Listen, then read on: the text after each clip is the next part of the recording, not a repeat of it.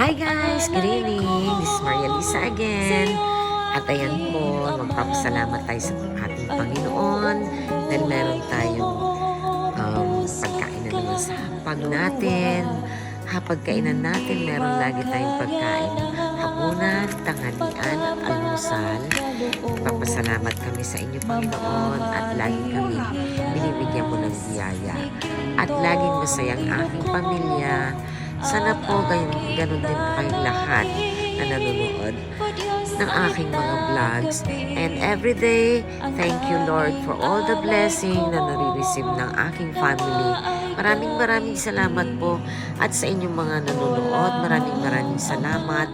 And thank you all.